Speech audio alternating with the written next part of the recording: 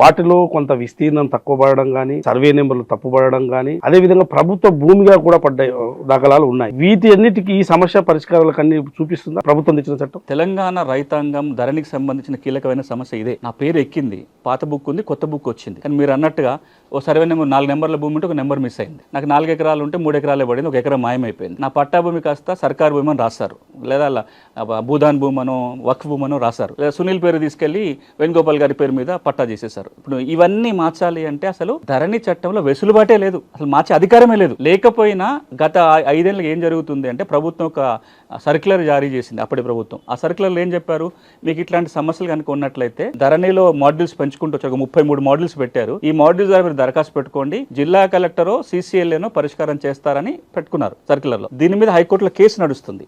హైకోర్టుల case ఏంటంటే అసలు ధరణి చట్టములో ఎవరు సవరించడానికి అధికారమే లేనప్పుడు జిల్లా కలెక్టర్లు CCLA ఎట్లా సవరిస్తున్నారు అని కేసు నడుస్తుంది. అది కనుక వస్తే గడిచిన 5 సంవత్సరాలుగా జరిగిన సవరణల మీద ఇప్పుడు ఒక పెద్ద ప్రశ్నార్థకం అవుతుంది. ఇప్పుడు భూభారతి చట్టం ఏమంటుందంటే సెక్షన్ 4 సబ్సెక్షన్ 5 సెక్షన్ 4 సబ్సెక్షన్ 6 ప్రకారం ఎవరికైనా ఈ విధంగా తప్పులు ఉన్నట్లయితే దరఖాస్తు పెట్టుకోవాలి. ఆన్లైన్లో దరఖాస్తు పెట్టుకోవచ్చు, లేదా రెవెన్యూ సదస్సులు జరిగినప్పుడు మాన్యువల్గా దరఖాస్తు పెట్టుకుంటే మీ భూమి విలువ 5 లక్షల వరకు ఉంటే RDO 5 లక్షలు దాటితే జిల్లా కలెక్టర్ ఎంక్వైరీ చేసి ఇది వాస్తవం తేలితే ఒక ఉత్తర్వులు ఇచ్చి రికార్డులో మారుస్తారు.